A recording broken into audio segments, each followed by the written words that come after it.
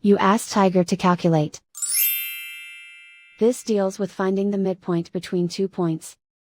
The midpoint between the 2 points is -13, 2.5. Let's solve it step by step. Plot the 2 points and calculate the midpoint using the formula. The coordinates of point 1 are, x1 equals 53, y1 equals 72. The coordinates of point 2 are, x2 equals -79, y2 equals -67.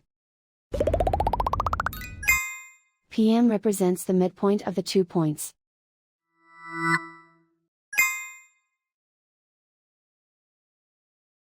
Use the x values in the midpoint formula to find the midpoints x. x1 equals 53. x2 equals -79. Simplify the arithmetic.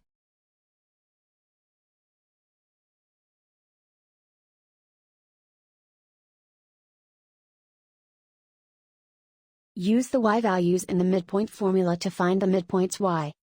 y1 equals 72. y2 equals -67. Simplify the arithmetic.